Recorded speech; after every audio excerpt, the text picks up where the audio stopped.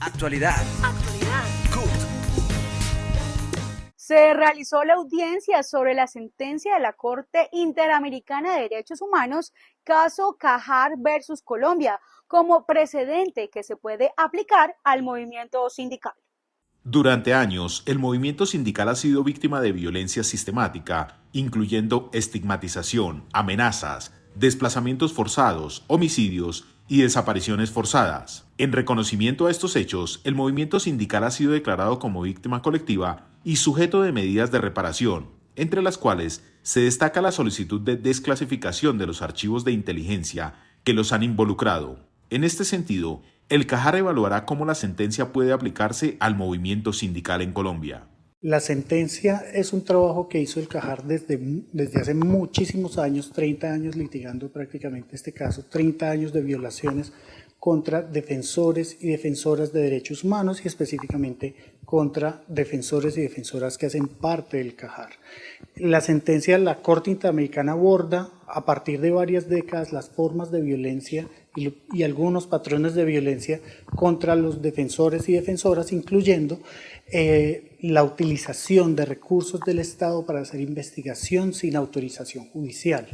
Esos elementos que estudia la Corte a partir de informes de diferentes organismos de derechos humanos, de diferentes relatores de derechos humanos, le dio pie a la Corte Interamericana para poder condenar a Colombia por su indebida actuación y además para poder ordenar tomar medidas frente al acceso a la información de las investigaciones que se realizaron. Es muy importante porque va a impactar también al movimiento sindical en el reconocimiento de dos derechos fundamentales. Uno, el reconocimiento a defender los derechos humanos, es un derecho la defensa de los derechos humanos, y además la Corte aclara que se debe identificar y diferenciar que los impactos que reciben las mujeres son diferenciales frente a los impactos recibidos por los hombres cuando hay una defensa en los derechos humanos.